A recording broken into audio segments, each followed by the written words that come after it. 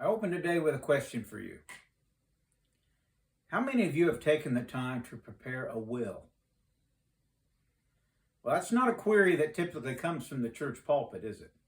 No. This is usually a question that's asked by family members or a financial advisor or your doctor. Well, by definition, a last will and testament is a legally enforceable document of how a person wants their property and assets to be distributed after death. After all, most of us do care where our hard-earned assets go after we leave the earth, don't we? And if you are very much at all, to include sentimental possessions, so does your family. They care. Now, did you know there is another concerned person out there who is not a relative, nor have you even met him, who also cares where your belongings end up at the end of your time? No, I'm not talking about the tax man, although that would be a very good guess and not totally untrue. No, I'm referring to a man by the name of Solomon, the once king of Israel and likely the richest person who ever lived. So, the obvious question is, why would this super wealthy fellow care about what I do with my assets and what you do with yours? Well, obviously he doesn't, from a practical sense anyway. He wouldn't even know you as he has been gone from this earth for about 3,000 years. And, honestly, even if Solomon were still around, such a well-off person wouldn't care at all about your savings, your 401k, or your 3-bedroom home. Your worth would be a mere pittance compared to his. But what Solomon does care about, however, as an emissary for God through the Bible book of Ecclesiastes, is the place your wealth takes in your and my heart. Now, if you were with us when we covered the first chapter of Ecclesiastes a few weeks back, if you were not familiar with that text beforehand, the contents might have given you quite a shock. This work of Solomon in Ecclesiastes, directed by the hand of God, is not for the faint of heart, that's for sure. As right from the get-go, the author begins to lay out his case for the futility of life when lived in a specific manner. And though he wrote this text, as I said, over 3 millennia ago, his message remains just as relevant today as it was then. Indeed, if we were around today, Solomon could read through the latest editions of Forbes and Time magazines, some of the last few magazines that are actually in print. He could peruse the stories there, and he could move over to the news stories on the various websites out there. And you must admit, from what he would see, he would be led to offer the very same guidance to us 3,000 years later. Yes, what the late king of Israel does in his book is to present us with the vanity of life by taking us down several dead-end streets. And these streets, though they may be paved and inviting to us today as we look at them, they all lead a person to the same dead ends that they did back in the king's day. Now, some of you are perhaps familiar with the late Stephen Hawking. This man, though imprisoned in a body wasting away from Lou Gehrig's disease, he possessed one of the most brilliant minds of our century. In his most famous book, which is entitled A Brief History of Time, this super intelligent scientist wrestles with an explanation for the existence of the universe. As a cosmologist and a physicist, Hawking's goal was to explain the origin of the universe using mathematics and using physics toward the ultimate development of what he referred to as a unified theory, or a theory of everything. Well, after presenting his extensive effort toward that end in his book, Hawking's conclusion is very telling. Listen to what he says, and I quote, "Even if there is only one possible unified theory," remember that's what he was searching for, "it is just a set of rules and equations. What is it that breathes fire into the equations and makes a universe for them to describe? The usual approach of science of constructing a mathematical model cannot answer the questions of why there should be a universe for the model to describe. Why does the universe go to all the bother of existing? Well, it makes a good point. And so what we see is this person of brilliant intellect, after looking at the evidence, concludes that it is a serious mistake to think that intellectual pursuits alone hold the answer to the quest for meaning. Now, there was another genius by the name of Albert Einstein. He also devoted much of his life to answering the big questions of the universe. Interestingly, he ended up having similar sentiments about it all when he admitted, I quote, "I've discovered that the men who know the most are the most gloomy." Well, this is basically where Solomon had already landed at the closing of chapter 1 of Ecclesiastes, verses 16 through 18, that we have looked at previously. There the king wrote, "I said to myself, look, I have increased in wisdom more than anyone who has ruled over Jerusalem before me. I have experienced much of wisdom and knowledge. Then I applied myself to the understanding of wisdom, and also of madness and folly. But I learned that this too is a chasing after the wind. For with much wisdom comes much sorrow. The more knowledge, the more grief." Well, that's pretty sobering, isn't it? And so with this conclusion, Solomon takes us down a different street and turns the page next on a new chapter as we travel with him today. He's saying, let's go look somewhere else and see if we find a better answer. So from chapter 2 in verses 1 through 3, he writes, "I said to myself, come now, I will test you with pleasure to find out what is good." But that also proved to be meaningless. Laughter, I said, is madness. And what does pleasure accomplish? I tried cheering myself with wine and embracing folly, my mind still guiding me with wisdom. I wanted to see what was good for people to do under the heavens during the few days of their lives. Well, we are told that laughter is good for the soul. In fact, the health benefits of laughter, they are well documented. Well, so then, does Sheryl Crow have the right answer to it all when she sings, "All I want to do is have some fun"? Well, not entirely. What Solomon is testing is the concept of laughter and humor as providing meaning to one's existence. And he assures us here that they do not. Now, the king is not talking, let's be clear, he's not talking about people going around just listening to and reciting jokes and telling funny stories all the time. No. What is in focus here is a race of people living in a make-believe, rose-collared, self-focused life that leaves any accountability to God completely out of the equation. Sound familiar? It is a life of escapism and folly that Solomon declares will not lead us anywhere. Billy Graham tells the story of a disturbed patient who consulted a psychiatrist for help.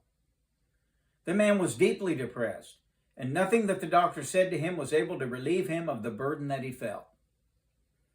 As they neared the end of their appointment hour, and the psychiatrist realized he had nothing really with which to help the man, he said to him, "By the way, I know I haven't been of much assistance to you, but I do want you to know that there is a terrific show running in the local theater. There is this comedian that has gotten everybody rolling in the aisles. I think it would be excellent therapy for you to just go in there, sit for a couple of hours, and laugh for a while. Forget your troubles. Why don't you go?" "Well, thank you," said the man, as he stood up to leave. And then he turned back and he said, "But doctor, I am that comedian." Well, Solomon had a gander along another street next. He tried alcohol as an answer. He explored the drinking of excessive wine in an effort to cheer himself up and change his perspective.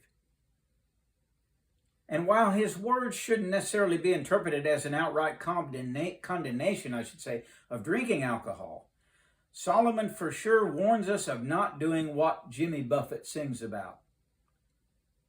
Wasting away in Margaritaville is not the answer. Okay. So if pleasure and alcohol aren't the solution to life's futility under the sun, maybe good old honest hard work will provide some meaning. This is where Solomon goes next in verses 4 to 6. I undertook great projects. I built houses for myself and planted vineyards. I made gardens and parks and planted all kinds of fruit trees in them. I made reservoirs to water groves of flourishing trees. In comparison, Solomon's grand undertakings would have made mine and your and everyone else's projects that we undertake look like some pretty minuscule and primitive efforts. That's for sure. And his point is, as we will see when we read even further, even the king's greatest ventures, far superior to ours, they did not provide lasting fulfillment. Now, if you know Sherry and me, this topic can hit pretty close to home for both of us. We have focused much of our married life toward the betterment of our home and enlargement of our property within the confines of our limiting neighborhood. And we do tend to get ourselves pretty deep into our work. And truth be told, Sherry is actually better than I am at being able to keep our endeavors in their rightful place in the larger scope of life. A life where moth and rust destroy, and where thieves break in and steal. Continuing in his message to us, Solomon isn't finished in his quest for pleasure and satisfaction. No. He takes some additional avenues that we are informed of in verses 7 through 10. I bought male and female slaves, and had other slaves who were born in my house. I also owned more herds and flocks than anyone in Jerusalem before me. I amassed silver and gold for myself, and the treasure of kings and provinces. I acquired male and female singers, and a harem as well, the delights of a man's heart. I became greater by far than anyone in Jerusalem before me. In all this, my wisdom stayed with me. I denied myself nothing my eyes desired. I refused my heart no pleasure. So to put this another way, I had many employees under my watch, and they took care of my massive estate. I used my money to make even more money. Due to my power and influence, I could have any woman I wanted. I experienced all of the things that take an ambitious man's energy, and I kept my wits about me as I sampled it all. Now, except for that womanizing bit, we might call such a man an entrepreneur today. We might even condemn him, We might even commend him as a leader and a go-getter. Sure we would. But let's now read further from Solomon's guidance, taking special note of what he says next regarding how he felt after his ambitious effort. Verses 10 to 11. My heart took delight in all my labor, and this was the reward for all my toil. Yet when I surveyed all that my hands had done and what I had toiled to achieve, everything was meaningless, a chasing after the wind. Nothing was gained under the sun. Well, to be truthful, all of us have experienced this in a sense, haven't we? Let's be honest with ourselves. We begin a project with energy and maybe with some urgency. We're excited about it. We feel good about it. Maybe it's landscaping or a room remodel or making a quilt. Well, whatever it is, once we finally complete the project, what do we have left? I mean, we have the finished product, sure, and granted, we may experience some satisfaction in that task completed. But the unfulfillment, the slow letdown, the feeling that something is missing eventually returns, doesn't it? Well, the poet Robert Burns, he understood this when he wrote, "Pleasures are like poppies spread. You seize the flower, the bloom is shed. Like the snow that falls in the river, a moment white, then melts forever. Or like the rainbow's lovely form, evanishing amid the storm." You see, Robert Burns knew this back in 1790. Yes, he understood it then, just as Solomon did 2,800 years before him. This is why the wisdom of Ecclesiastes in the greater Bible is so important to us.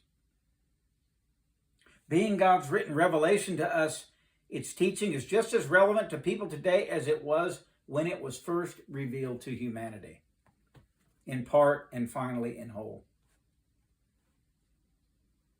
And that's because humanity does not change in its ways over time, and nor does God in his. So the message is the same, because our God is the same. Have you ever heard the statement, ignorance is bliss? The idea is that if you don't know much about something, you don't tend to worry as much about it. I find that true. For example, some of us, we feel this way when it comes to the details of a medical procedure that awaits us. I do. I mean, have you ever watched a video of a hip replacement? You get my point. Well, while ignorance might be a good advice in some cases, Solomon next relates that neither this, nor wisdom for that matter, the other side of the coin, provide any lasting peace of mind. Looking now at verses 12 through 16. Then I turned my thoughts to consider wisdom, and also madness and folly. What more can the king's successor do than what has already been done? I saw that wisdom is better than folly, just as light is better than darkness. The wise have eyes in their heads, while the fool walks in darkness. But I came to realize that the same fate overtakes them both. Then I said to myself, the fate of the fool will overtake me also. What then do I gain by being wise? I said to myself, this too is meaningless. For the wise, like the fool, will not be long remembered. The days have already come when both have been forgotten. Like the fool, the wise too must die. So what can we glean from this? Well, for sure, it's better to grow wiser by reading good books than it is to spend time in front of idle television. Well, we don't need Solomon to tell us that. But he does remind us that in the end, both the wise and the foolish will be equally pushing up roses. Think about that. Well, as we take all of this in, we must admit that Solomon's words are pretty heavy, aren't they? But let's hang in there. We have a little further to go yet, as the king next steers toward his conclusion in verses 17 through 21. So I hated life, because the work that is done under the sun was grievous to me. All of it is meaningless, a chasing after the wind. I hated all the things I had toiled for under the sun, because I must leave them to the one who comes after me. And who knows whether that person will be wise or foolish? Yet they will have control over all the fruit of my toil into which I have poured my effort and skill under the sun. This too is meaningless. So my heart began to despair over all my toilsome labor under the sun. For a person may labor with wisdom, knowledge, and skill, and then they must leave all they own to another who has not toiled for it. This too is meaningless in a great misfortune. I will always remember something that our financial advisor relayed to Sherry and me years ago. She felt sorry regarding the large proportion of people in her financial care that had all this money that they had worked so hard over the years to acquire. And now as they see their time running out, they lament that they didn't use it when they could. And they worry about the fate of their wealth in light of who in their family is in line to inherit it. Oh well. Despite all this, at the end of the day, at least we can say we have the peace of sleep, right? Well, not so fast. Verses 22 to 23 cover that third of life. Solomon's left nothing out. And I quote, "What do people get for all the toil and anxious striving with which they labor under the sun? All their days their work is grief and pain. Even at night their minds do not rest. This too is meaningless." How many of us tend to wake up in the middle of the night and can't get back to sleep? Well, every situation is different, but for many this happens because the issues of a life focused on things solely under the sun is more than enough to deny the mind any lasting rest. Because if it isn't one thing, it seems, it's another, right? So after considering everything we have been told at this point, from perhaps the wisest and wealthiest person who ever lived, you might feel pretty beat up by now. Rightfully so. After all, what's it all for then? Is any activity worthwhile in the scope of life? Well, Solomon begins to point us in the right direction in our final three verses for today, verses 24 through 26. A person can do nothing better than to eat and drink and find satisfaction in their own toil. This too, I see, is from the hand of God.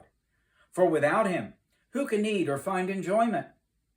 To the person who pleases him, God gives wisdom, knowledge, and happiness.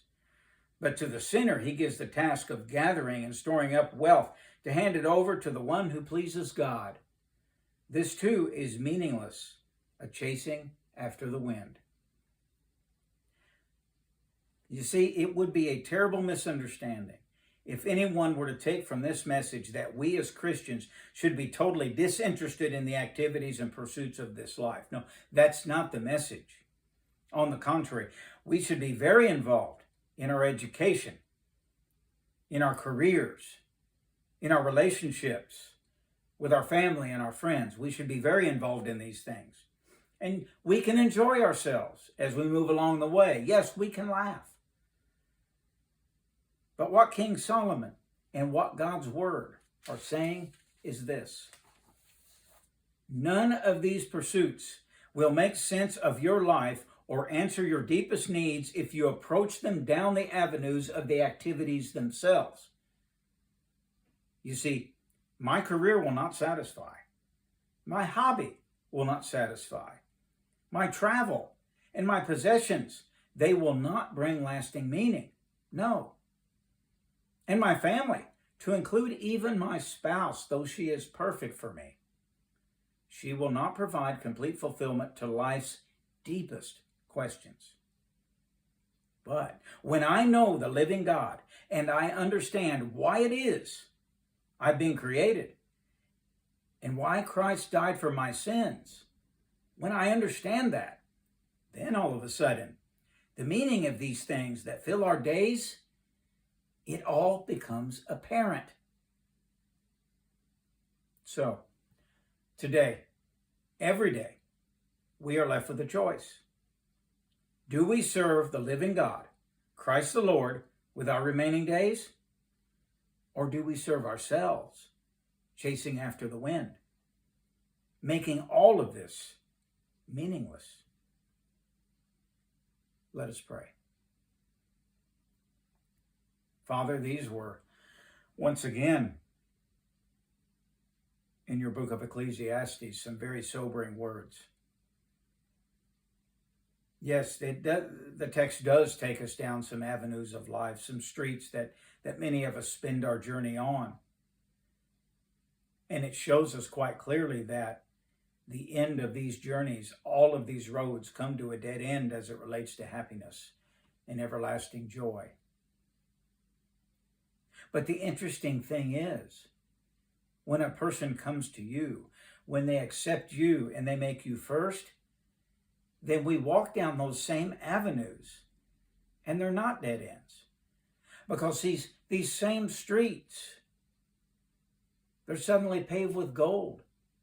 Because as we endeavor to serve you with our hands, with our hearts, with our minds, as we move about life, taking care of things, existing, interacting, by doing all of that with you in mind, in your name, for the furtherance of your kingdom, when it is done from that perspective, everything has value, and it all makes sense, and everything is meaningful. That's the lesson, Lord. Help us to get that in our hearts and minds, not just today, but every day, as we put one foot in front of the other toward the heavenly kingdom. Amen. Well, thanks for watching today. And I know that Ecclesiastes is a heavy book, but there is also a very, very important lesson. I hope you learned it as I did. Come see us next time.